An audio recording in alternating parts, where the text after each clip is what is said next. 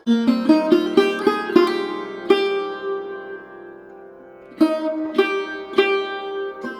श्री परमात्मने नमः। नमस्ते दोस्तों, भगवत गीता की इस यात्रा में आपका स्वागत है, अभिनंदन है। आज हम भगवत गीता के तीसरे अध्याय के 34वें श्लोक में प्रवेश करेंगे। तो चलिए प्रारंभ करते हैं। वसुदेवसुतं देवं कंसचानूरमर्दनं देवकी परमानन्दं कृष्णं वन्दे जगद्गुरुम्। अथ श्रीमद्भगवद्गीता तृतीयोऽध्यायः। श्रीभगवान् उवाच इन्द्रियस्येन्द्रियस्यार्थे रागद्वेषौ व्यवस्थितौ तयोर्नवशमागच्छेत् ह्यस्य परिपन्थिनौ। इंद्रिय के अर्थ में प्रत्येक इंद्रिय के प्रत्येक विषय में मनुष्य के राग और द्वेष व्यवस्था से अनुकूलता और प्रतिकूलता को लेकर स्थित है। मनुष्य को उन दोनों के वश में नहीं होना चाहिए, क्योंकि वे दोनों ही इसके पारमार्थिक मार्ग में विघ्न डालने वाले शत्रु हैं। इंद्रियस्येन्द्रियस्यार्थे राग द्वेषौ व्यवस्थितौ। प्रत्येक इंद्रिय के प्रत्येक विषय में राग द्वेष अलग अलग स्थित बताने के लिए यहाँ इंद्रियस्य पद 2 बार प्रयुक्त हुआ है। तात्पर्य यह है कि प्रत्येक इंद्रिय यानी श्रोत्र, त्वचा, नेत्र, रसना और घ्राण के प्रत्येक विषय यानी शब्द, स्पर्श, रूप, रस और गंध में अनुकूलता प्रतिकूलता की मान्यता से मनुष्य के राग द्वेष स्थित रहते हैं। इंद्रिय के विषय में अनुकूलता का भाव होने पर मनुष्य का उस विषय में राग हो जाता है और प्रतिकूलता का भाव होने पर उस विषय में द्वेष हो जाता है। वास्तव में देखा जाए तो राग द्वेष इंद्रियों के विषय में नहीं रहते। यदि विषयों में राग द्वेष स्थित होते तो एक ही विषय सभी को समान रूप से प्रिय अथवा अप्रिय लगता, परंतु ऐसा होता नहीं। जैसे वर्षा किसान को तो प्रिय लगती है पर कुम्हार को अप्रिय लगती है। एक मनुष्य को भी कोई विषय सदा प्रिय या सदा अप्रिय नहीं लगता। जैसे ठंडी हवा गर्मी में अच्छी लगती है पर सर्दी में बुरी लगती है, इस प्रकार सब विषय अपने अनुकूलता या प्रतिकूलता के भाव से ही प्रिय अथवा अप्रिय लगते हैं। अर्थात मनुष्य विषयों में अपना अनुकूल या प्रतिकूल भाव करके उनको अच्छा या बुरा मानकर राग द्वेष कर लेता है। इसलिए भगवान ने राग द्वेष को प्रत्येक इंद्रिय के प्रत्येक विषय में स्थित बताया है। वास्तव में राग द्वेष माने हुए अहम यानी मैंपन में रहते हैं और शरीर से माना हुआ संबंध ही अहम कहलाता है। अतः जब तक शरीर से माना हुआ संबंध रहता है तब तक उसमें राग द्वेष रहते हैं और वे ही राग द्वेष बुद्धि, मन, इंद्रियों तथा इंद्रियों के विषय में प्रतीत होते हैं। इसी अध्याय के 37वें से 47वें श्लोक तक भगवान ने इन्हीं राग द्वेष को काम और क्रोध के नाम से कहा है। राग और द्वेष के ही स्थूल रूप काम और क्रोध हैं। 40वें श्लोक में बताया है कि यह काम इंद्रियों, मन और बुद्धि में रहता है। विषयों की तरह इनमें यानी इंद्रियों, मन और बुद्धि में काम की प्रतीति होने के कारण ही भगवान ने इनको काम का निवास स्थान बताया है। जैसे विषयों में राग द्वेष की प्रतीति मात्र है, ऐसे ही इंद्रियों, मन और बुद्धि में भी राग द्वेष की प्रतीति मात्र है। ये इंद्रियां, मन और बुद्धि तो केवल कर्म करने के कारण औजार हैं। इनमें काम, क्रोध अथवा राग द्वेष है ही कहाँ। इसके सिवाय दूसरे अध्याय के 59वें श्लोक में भगवान कहते हैं कि इंद्रियों के द्वारा विषयों का ग्रहण न करने वाले पुरुष के विषय तो निवृत्त हो जाते हैं पर उनमें रहने वाला उसका राग निवृत्त नहीं होता। यह राग परमात्मा का साक्षात्कार होने पर निवृत्त हो जाता है। त्योर्न वशम आगच्छेत्।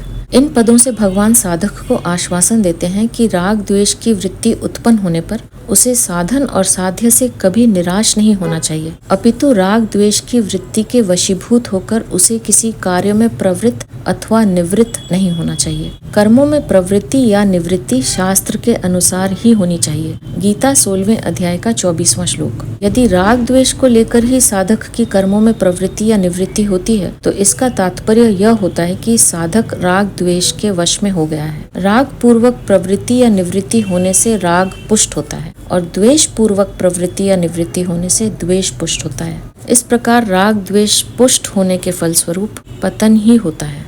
जब साधक संसार का कार्य छोड़कर भजन में लगता है, तब संसार की अनेक अच्छी और बुरी स्फुरणाएं उत्पन्न होने लगती हैं, जिनसे वह घबरा जाता है। यहाँ भगवान साधक को मानो आश्वासन देते हैं कि उसे इन स्फुरणाओं से घबराना नहीं चाहिए। इन स्फुरणाओं की वास्तव में सत्ता नहीं है, क्योंकि ये उत्पन्न होती हैं, और यह सिद्धांत है कि उत्पन्न होने वाली वस्तु नष्ट होने वाली होती है। अतः विचार पूर्वक देखा जाए तो स्फुरणाएं आ नहीं रही हैं, प्रत्युत जा रही हैं। कारण यह है कि संसार का कार्य करते समय अवकाश न मिलने से स्फुरणाएं दबी रहती हैं, और संसार का कार्य छोड़ते ही अवकाश मिलने से पुराने संस्कार स्फुरणाओं के रूप में बाहर निकलने लगते हैं। अतः साधक को इन अच्छी या बुरी स्फुरणाओं से भी राग द्वेष नहीं करना चाहिए, प्रत्युत सावधानी पूर्वक इनकी उपेक्षा करते हुए स्वयं तटस्थ रहना चाहिए। इसी प्रकार उसे पदार्थ, व्यक्ति, विषय आदि में भी राग द्वेष नहीं करना चाहिए। राग द्वेष पर विजय पाने के उपाय। राग द्वेष के वशीभूत होकर कर्म करने से राग द्वेष पुष्ट यानी प्रबल होते हैं और अशुद्ध प्रकृति यानी स्वभाव का रूप धारण कर लेते हैं। प्रकृति के अशुद्ध होने पर प्रकृति की अधीनता रहती है। ऐसी अशुद्ध प्रकृति की अधीनता से होने वाले कर्म मनुष्य को बांधते हैं। अतः राग द्वेष के वश में होकर कोई प्रवृत्ति या निवृत्ति नहीं होनी चाहिए। यह उपाय यहाँ बताया गया है। इससे पहले भगवान कह चुके हैं कि जो मेरे मत का अनुसरण करता है वह कर्म बंधन से छूट जाता है। गीता 3 अध्याय का 31वां श्लोक। इसलिए राग द्वेष की वृत्ति के वश में न होकर भगवान के मत के अनुसार कर्म करने से राग द्वेष सुगमता पूर्वक मिट जाते हैं। तात्पर्य यह है कि साधक संपूर्ण कर्मों को और अपने को भी भली भांति भगवत अर्पण कर दे और ऐसा मान ले कि कर्म मेरे लिए नहीं है, प्रत्युत भगवान के लिए हैं। जिनसे कर्म होते हैं वे शरीर, इंद्रियां, मन, बुद्धि आदि भी भगवान के ही हैं और मैं भी भगवान का ही हूँ। फिर निष्काम, निर्मम और निसंताप होकर कर्तव्य कर्म करने से राग द्वेष मिट जाते हैं। इस प्रकार भगवान के मत अर्थात सिद्धांत को सामने रखकर ही किसी कार्य में प्रवृत्त या निवृत्त होना चाहिए। संपूर्ण सृष्टि प्रकृति का कार्य है और शरीर सृष्टि का एक अंश है। जब तक शरीर के प्रति ममता रहती है तभी तक राग द्वेष होते हैं, अर्थात मनुष्य रुचि या अरुचि पूर्वक वस्तुओं का ग्रहण और त्याग करता है। यह रुचि अरुचि ही राग द्वेष का सूक्ष्म रूप है। राग द्वेष पूर्वक प्रवृत्ति या निवृत्ति होने से राग द्वेष पुष्ट होते हैं, परंतु शास्त्रों को सामने रखकर किसी कर्म में प्रवृत्त या निवृत्त होने से राग द्वेष मिट जाते हैं। कारण कि शास्त्र के अनुसार चलने से अपनी रुचि और अरुचि की मुख्यता नहीं रहती। यदि कोई मनुष्य शास्त्र को नहीं जानता तो उसके लिए महर्षि वेद व्यास जी के वचन हैं, श्रूयताम धर्म सर्वस्वम श्रुत्वा चैवा वधार्यताम आत्मनः प्रतिकूलानि परेशान न समाचरेत। ऐसा पद्म पुराण में लिखा है, जिसका तात्पर्य है, हे मनुष्यों, तुम लोग धर्म का सार सुनो और सुनकर धारण करो कि जो हम अपने लिए नहीं चाहते उसको दूसरों के प्रति न करें। जीवन मुक्त महापुरुष भी शास्त्र मर्यादा को ही आदर देते हैं। इसलिए श्राद्ध में पिंड दान करते समय पिताजी का हाथ प्रत्यक्ष दिखाई देने पर भी भीष्म पितामह ने शास्त्र के आज्ञा अनुसार कुरुषों पर ही पिंड दान किया। महाभारत अनुशासन 84वां अध्याय 15वें से 20वें श्लोक तक। अतः साधक को संपूर्ण कर्म शास्त्र के आज्ञा अनुसार ही करने चाहिए। राग द्वेष मिटाने के इच्छुक साधकों के लिए तो कर्म करने में शास्त्र प्रमाण की आवश्यकता रहती है, पर राग द्वेष से सर्वथा रहित महापुरुष का अंतःकरण इतना शुद्ध और निर्मल होता है कि उसमें स्वतः वेदों का तात्पर्य प्रकट हो जाता है, चाहे वह पढ़ा लिखा हो या न हो। उसके अंतःकरण में जो बात आती है वह शास्त्र अनुकूल ही होती है। राग द्वेष का सर्वथा अभाव होने के कारण उस महापुरुष के द्वारा शास्त्र निषिद्ध क्रियाएं कभी होती ही नहीं। उसका स्वभाव स्वतः शास्त्र के अनुसार बन जाता है। यही कारण है कि ऐसे महापुरुष के आचरण और वचन दूसरे मनुष्यों के लिए आदर्श होते हैं। गीता 3 अध्याय का 21वां श्लोक। अतः उस महापुरुष के आचरणों और वचनों का अनुसरण करने से साधक के राग द्वेष मिट जाते हैं। कुछ लोग ऐसा मानते हैं कि राग द्वेष अंतःकरण के धर्म है, अतः इनको मिटाया नहीं जा सकता, पर यह बात युक्ति संगत नहीं दिखती। वास्तव में राग द्वेष अंतःकरण के आगंतुक विकार हैं, धर्म नहीं। यदि ये अंतःकरण के धर्म होते तो जिस समय अंतःकरण जागृत रहता है उस समय राग द्वेष भी रहते, अर्थात इनकी सदा ही प्रतीति होती। परंतु इनकी प्रतीति सदा न होकर कभी कभी ही होती है। साधन करने पर राग द्वेष उत्तरोत्तर कम होते हैं, यह साधकों का अनुभव है, और कम होने वाली वस्तु मिटने वाली होती है। इससे भी सिद्ध होता है कि राग द्वेष अंतःकरण के धर्म नहीं है। भगवान ने राग द्वेष को मनोगत कहा है। कामान सर्वान पार्थ मनोगतान, गीता 2 अध्याय का 55वां श्लोक। अर्थात ये मन में आने वाले हैं, सदा रहने वाले नहीं। इसके अतिरिक्त भगवान ने राग द्वेष को विकार कहा है। गीता 13वें अध्याय का 6वां श्लोक। और प्रिय अप्रिय की प्राप्ति में चित्त के सदा सम रहने को साधन कहा है। गीता 13वें अध्याय का 9वां श्लोक। यदि राग द्वेष अंतःकरण के धर्म होते तो यह समचित्तता रूप साधन बन ही नहीं सकता। धर्म स्थायी रहता है और विकार अस्थायी अर्थात आने जाने वाले होते हैं। राग द्वेष अंतःकरण में आने जाने वाले हैं, अतः इनको मिटाया जा सकता है। प्रकृति यानी जड़ और पुरुष यानी चेतन दोनों भिन्न भिन्न हैं। इन दोनों का विवेक स्वतः सिद्ध है। पुरुष इस विवेक को महत्व न देकर प्रकृति जन्य शरीर से एकता कर लेता है और अपने को एक देशीय मान लेता है। यह जड़ चेतना तादात्म्य ही अहम यानी मैं कहलाता है और इसी में राग द्वेष रहते हैं। तात्पर्य यह है कि अहमता यानी मैंपन में राग द्वेष रहते हैं और राग द्वेष से अहमता पुष्ट होती है। यही राग द्वेष बुद्धि में प्रतीत होते हैं, जिससे बुद्धि में सिद्धांत आदि को लेकर अपनी मान्यता प्रिय और दूसरों की मान्यता अप्रिय लगती है। फिर ये राग द्वेष मन में प्रतीत होते हैं, जिससे मन के अनुकूल बातें प्रिय और प्रतिकूल बातें अप्रिय लगती हैं। फिर यही राग द्वेष इंद्रियों में प्रतीत होते हैं, जिससे इंद्रियों के अनुकूल विषय प्रिय और प्रतिकूल विषय अप्रिय लगते हैं। यही राग द्वेष इंद्रियों के विषयों यानी शब्द, स्पर्श, रूप, रस और गंध में अपनी अनुकूल और प्रतिकूल भावना को लेकर प्रतीत होते हैं। अतः जड़ चेतन की ग्रंथि रूप अहमता यानी मैंपन के मिटने पर राग द्वेष का सर्वथा अभाव हो जाता है, क्योंकि अहमता पर ही राग द्वेष टिके हुए हैं। मैं सेवक हूँ, मैं जिज्ञासु हूँ, मैं भक्त हूँ। ये सेवक, जिज्ञासु और भक्त जिस मैं में रहते हैं उसी मैं में राग द्वेष भी रहते हैं। राग द्वेष न तो केवल जड़ में रहते हैं और न केवल चेतन में ही रहते हैं, प्रत्युत जड़ चेतन के माने हुए संबंध में रहते हैं। जड़ चेतन के माने हुए संबंध में रहते हुए भी ये राग द्वेष प्रधानतः जड़ में रहते हैं। जड़ चेतन के तादात्म्य में जड़ का आकर्षण जड़ अंश में ही होता है, पर तादात्म्य के कारण वह चेतन में दिखता है। जड़ का आकर्षण ही राग है। अतः जब साधक शरीर यानी जड़ को ही अपना स्वरूप मान लेता है, तब उसे राग द्वेष को मिटाने में कठिनाई प्रतीत होती है, परंतु अपने चेतन स्वरूप की ओर दृष्टि रहने से उसे राग द्वेष को मिटाने में कठिनाई प्रतीत नहीं होती, कारण कि राग द्वेष स्वतः सिद्ध नहीं है, प्रत्युत जड़ यानी असत से संबंध से उत्पन्न होने वाले हैं। यदि सत्संग, भजन, ध्यान आदि में राग होगा तो संसार से द्वेष होगा, परंतु प्रेम होने पर संसार से द्वेष नहीं होगा, प्रत्युत संसार की उपेक्षा यानी विमुखता होगी। संसार के किसी एक विषय में राग होने से दूसरे विषय में द्वेष होता है, पर भगवान में प्रेम होने से संसार से वैराग्य होता है। वैराग्य होने पर संसार से सुख लेने की भावना समाप्त हो जाती है और संसार की स्वतः सेवा होती है। इससे शरीर, इंद्रियां, मन और बुद्धि के साथ अहम भी स्वतः संसार की सेवा में लग जाता है।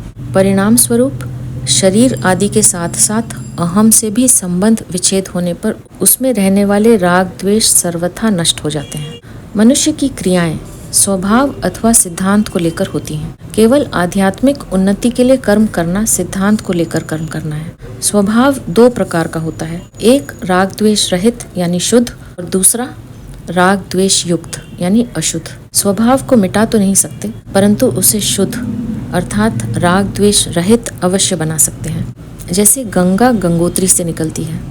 गंगोत्री जितनी ऊंचाई पर है, अगर उतना अथवा उससे अधिक ऊंचा बांध बनाया जाए तो गंगा के प्रवाह को रोका जा सकता है, परंतु ऐसा करना सरल कार्य नहीं है। हाँ, गंगा से नहरें निकालकर उसके प्रवाह को बदला जा सकता है।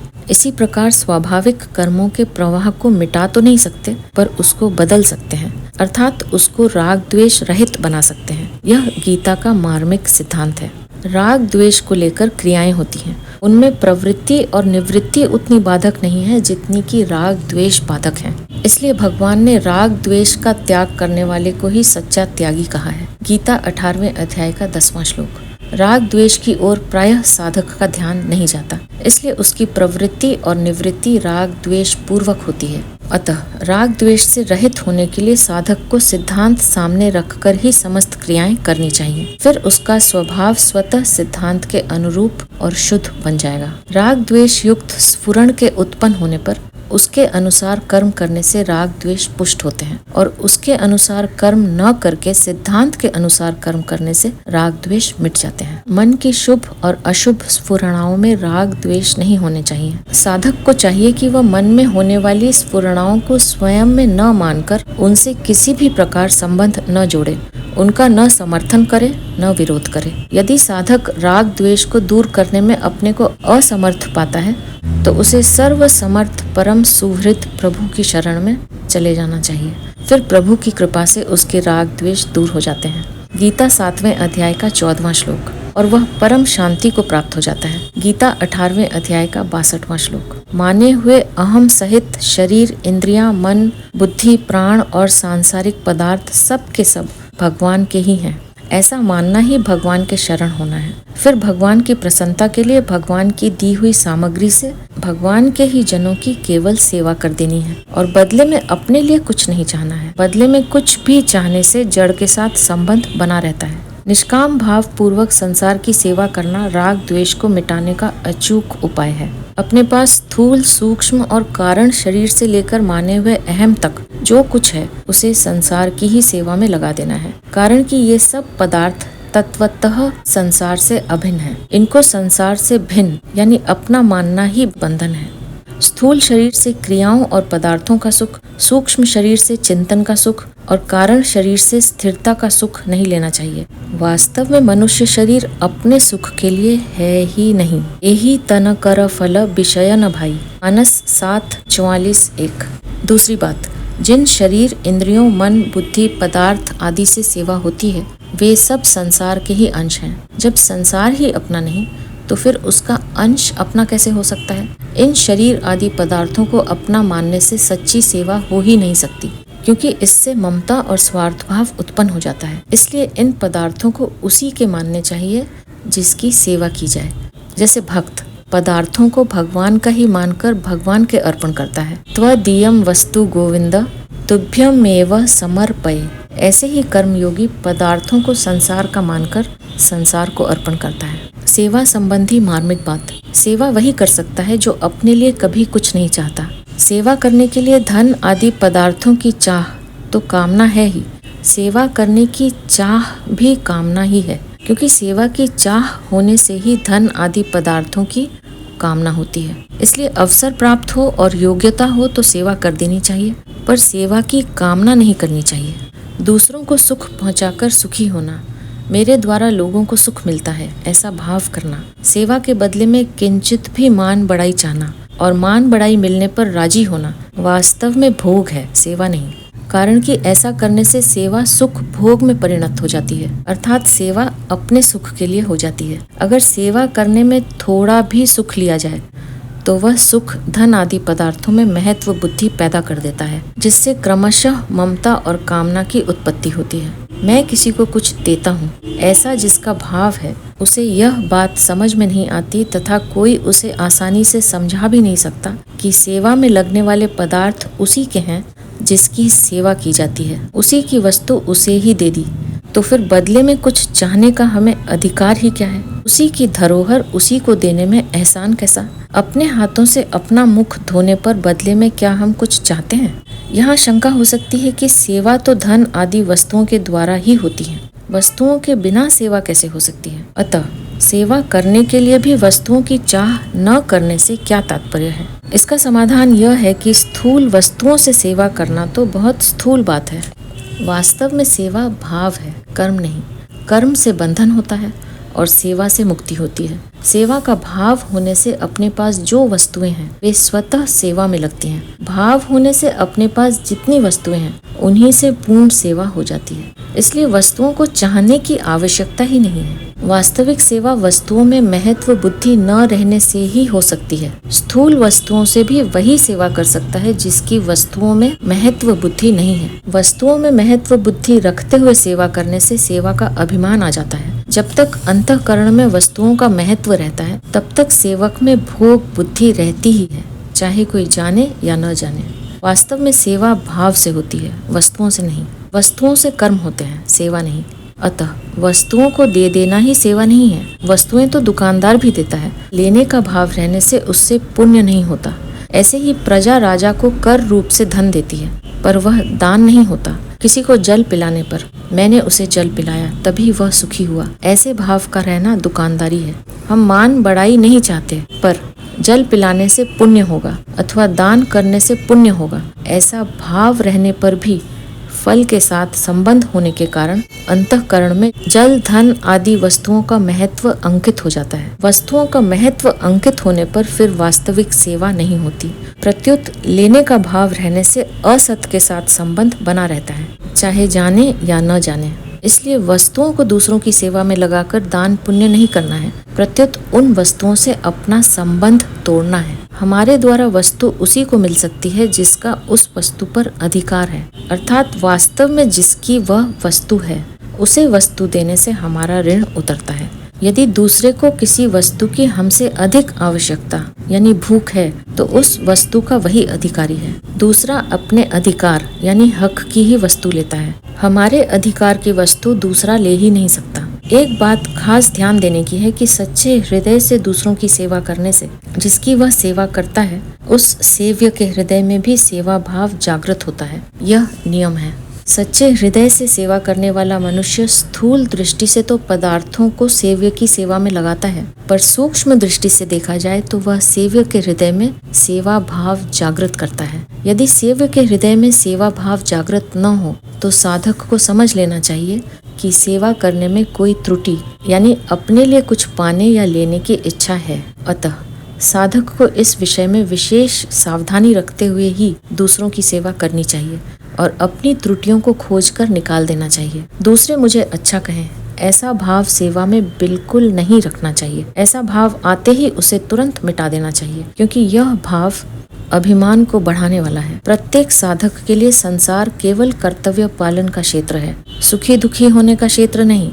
संसार सेवा के लिए है। संसार में साधक को सेवा ही सेवा करनी है। सेवा करने में सबसे पहले साधक का यह भाव होना चाहिए कि मेरे द्वारा किसी का किंचित मात्र भी अहित न हो। संसार में कुछ प्राणी दुखी रहते हैं और कुछ प्राणी सुखी रहते हैं। दुखी प्राणी को देखकर दुखी हो जाना और सुखी प्राणी को देखकर सुखी हो जाना भी सेवा है, क्योंकि इससे दुखी और सुखी दोनों व्यक्तियों को सुख का अनुभव होता है और उन्हें बल मिलता है कि हमारा भी कोई साथी है। यहाँ प्रश्न उठता है कि दूसरा दुखी है तो उसके साथ हम भी हृदय से दुखी हो जाएं तो उसका दुख कैसे मिटे?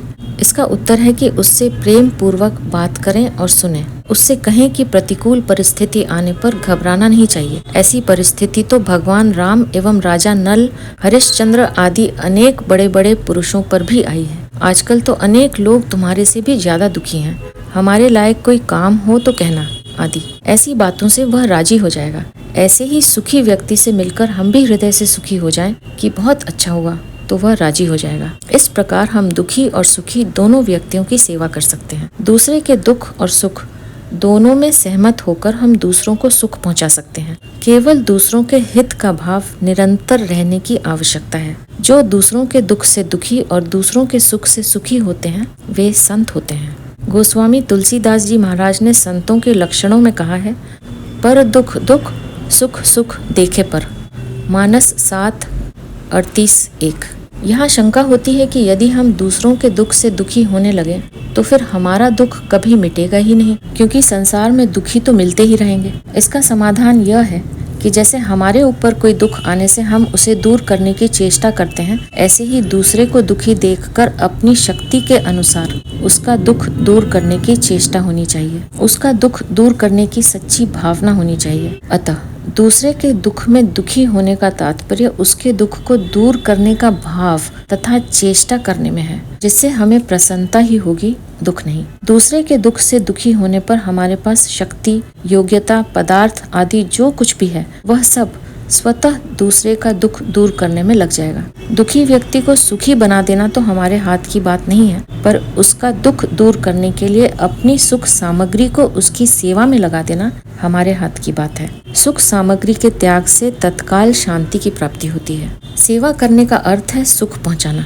साधक का भाव माँ कश्चित दुख भाग भवेत, यानी किसी को किंचित मात्र भी दुख न हो। साधक का ऐसा भाव होने से वह सभी को सुख पहुंचाता है, अर्थात सभी की सेवा करता है। साधक भले ही सभी को सुखी न कर सके, पर वह ऐसा भाव तो बना ही सकता है। भाव बनाने में सब स्वतंत्र हैं, कोई पराधीन नहीं। इसलिए सेवा करने में धन आदि पदार्थों की आवश्यकता नहीं है, प्रत्युत सेवा भाव की ही आवश्यकता है। क्रियाएं और पदार्थ चाहे जितने हों, सीमित ही होते हैं। सीमित क्रियाओं और पदार्थों से सेवा भी सीमित ही होती है। फिर सीमित सेवा से असीम तत्व यानी परमात्मा की प्राप्ति कैसे हो सकती है? परंतु भाव असीम होता है। असीम भाव से सेवा भी असीम होती है और असीम सेवा से असीम तत्व की प्राप्ति होती है। इसलिए सेवा भाव वाले व्यक्ति की क्रियाएं और पदार्थ कम होने पर भी उसकी सेवा कम नहीं समझनी चाहिए, क्योंकि उसका भाव असीम है। यद्यपि साधक के कर्तव्य पालन का क्षेत्र सीमित ही होता है, तथापि उसमें जिन जिन से उसका व्यवहार होता है, उनमें वह सुखी को देखकर सुखी एवं दुखी को देखकर दुखी होता है। पदार्थ, शरीर, इंद्रियां, मन, बुद्धि आदि को जो अपना नहीं मानता, वही दूसरों के सुख में सुखी एवं दुख में दुखी हो सकता है। शरीर, इंद्रियां, मन आदि अपने और अपने लिए है ही नहीं, यह वास्तविकता है। देश, काल, वस्तु, व्यक्ति, योग्यता, सामर्थ्य आदि कुछ भी व्यक्तिगत नहीं है। इन पदार्थों से भूल से माने हुए अपनेपन का त्याग प्रत्येक मनुष्य कर सकता है, चाहे वह दरिद्र से दरिद्र हो अथवा धनी से धनी, पढ़ा लिखा हो अथवा अनपढ़ हो। इस त्याग में सब के सब स्वाधीन तथा समर्थ है। सच्चे सेवक की वृत्ति नाशवान वस्तुओं पर जाती ही नहीं, क्योंकि उसके अंतःकरण में वस्तुओं का महत्व नहीं होता। अंतःकरण में वस्तुओं का महत्व होने पर ही वस्तुएं व्यक्तिगत यानी अपनी प्रतीत होती हैं। साधक को चाहिए कि वह पहले से ही ऐसा मान ले कि वस्तुएं मेरी नहीं हैं और मेरे लिए भी नहीं हैं। वस्तुओं को अपनी और अपने लिए मानने से भोग ही होता है, सेवा नहीं। इस प्रकार वस्तुओं को अपनी और अपने लिए न मानकर सेव्य की ही मानते हुए सेवा में लगा देने से राग द्वेष सुगमता पूर्वक मिट जाते हैं। तौ ह्यस्य परिपंथी नौ, पारमार्थिक मार्ग में राग द्वेष ही साधक की साधन संपत्ति को लूटने वाले मुख्य शत्रु हैं, परंतु इस ओर प्रायः साधक का ध्यान नहीं जाता। यही कारण है कि साधन करने पर भी साधक की जितनी आध्यात्मिक उन्नति होनी चाहिए उतनी होती नहीं। प्रायः साधकों की यह शिकायत रहती है कि मन नहीं लगता, पर वास्तव में मन का न लगना उतना बाधक नहीं है जितने बाधक राग द्वेष है। इसलिए साधक को चाहिए कि वह मन की एकाग्रता को महत्व न देकर और जहाँ जहाँ राग द्वेष दिखाई दें वहाँ वहाँ वह उनको तत्काल हटा दे। राग द्वेष हटाने पर मन लगना भी सुगम हो जाएगा। स्वाभाविक कर्मों का त्याग करना तो अपने हाथ की बात नहीं है, पर उन कर्मों को राग द्वेष पूर्वक करना या न करना बिल्कुल अपने हाथ की बात है। साधक जो कर सकता है वही करने के लिए भगवान आज्ञा देते हैं कि राग द्वेष युक्त स्फुरणा उत्पन्न होने पर भी उसके अनुसार कर्म मत करो, क्योंकि वे दोनों ही पारमार्थिक मार्ग के लुटेरे हैं। ऐसा करने में साधक स्वतंत्र है। वास्तव में राग द्वेष स्वतः नष्ट हो रहे हैं, पर साधक उन राग द्वेष को अपने में मानकर उन्हें सत्ता दे देता है और उसके अनुसार कर्म करने लगता है। इसी कारण वे दूर नहीं होते। यदि साधक राग द्वेष को अपने में न मानकर उसके अनुसार कर्म न करे तो वे स्वतः नष्ट हो जाएंगे। यहाँ परिशिष्ट भाव यह है कि सुख दुख का कारण दूसरों को मानने से ही राग द्वेष होते हैं, अर्थात जिसको सुख देने वाला मानते हैं उनसे राग हो जाता है और जिसको दुख देने वाला मानते हैं उससे द्वेष हो जाता है। अतः राग द्वेष अपनी भूल से पैदा होते हैं, इसमें दूसरा कोई कारण नहीं है। राग द्वेष होने के कारण ही संसार भगवत स्वरूप नहीं दिखता, प्रत्युत जड़ और नाशवान दिखता है। अगर राग द्वेष न हो तो जड़ता है ही नहीं, प्रत्युत सब कुछ चिन्मय परमात्मा ही है। वासुदेवस सर्वम। गीता 7वें अध्याय का 19वां श्लोक। अगर मन बुद्धि में राग द्वेष आदि कोई दोष पैदा हो जाए तो उसके वश में नहीं होना चाहिए, अर्थात उसके अनुसार कोई निषिद्ध क्रिया नहीं करनी चाहिए। उसके वशीभूत होकर क्रिया करने से वह दोष दृढ़ हो जाएगा, परंतु उसके वशीभूत होकर क्रिया न करने से एक उत्साह पैदा होगा। जैसे किसी ने हमारे साथ कड़वी बात कह दी पर हमें क्रोध नहीं आया, तो हमारे भीतर एक उत्साह, एक प्रसन्नता होगी कि आज तो हम बच गए। परंतु इसमें अपना बल न मानकर भगवान की कृपा माननी चाहिए कि उनकी कृपा से ही हम बचे। इस तरह साधक को कभी भी कोई दोष दिखे तो वह उसके वशीभूत न होकर उसको अपने में भी न माने। अगर राग द्वेष अपने में होते तो जब तक अपनी सत्ता रहती तब तक राग द्वेष भी रहते, परंतु यह सबका अनुभव है कि हम तो निरंतर रहते हैं पर राग द्वेष निरंतर नहीं रहते, प्रत्युत आते जाते रहते हैं। सत्ता रूप स्वयं में राग द्वेष आ ही नहीं सकते, कारण कि हमारा यानी स्वयं का विभाग अलग है और राग द्वेष का विभाग अलग है। जिसको राग द्वेष के आने जाने का ज्ञान होता है वह राग द्वेष से अलग होता है। अतः राग द्वेष हमारे से भी अलग है और जिनमें ये प्रतीत होते हैं उन मन बुद्धि आदि से भी अलग है। मनोगतान, गीता 2 अध्याय का 55वां श्लोक। इंद्रियस्येन्द्रियस्यार्थे राग द्वेषौ व्यवस्थितौ। पदों का तात्पर्य है कि अनुकूलता प्रतिकूलता दोनों में राग न करें, प्रत्युत उनका सदुपयोग करें, अर्थात अनुकूलता में दूसरों की सेवा करें और प्रतिकूलता में अनुकूलता की इच्छा का त्याग करें। तयोर्न वशम आगच्छेत। पदों का तात्पर्य है कि अनुकूलता प्रतिकूलता में सुखी दुखी न हो। सुखी दुखी होना फलासक्त होना है और फलासक्त मनुष्य बंध जाता है। फले सक्तो निबध्यते। गीता 5वें अध्याय का 12वां श्लोक। राग द्वेष के वश में न होकर क्या करना चाहिए और क्या नहीं करना चाहिए, इसका उत्तर भगवान आगे के श्लोक में देते हैं, जिन्हें लेकर हम अपनी अगली प्रस्तुति में फिर उपस्थित होंगे। अब मैं आपसे आज्ञा लूंगी। आप अपना ध्यान रखिए, हमेशा खुश रहिए, मुस्कुराते रहिए। आपका बहुत बहुत धन्यवाद। ओम श्री परमात्मने नमः।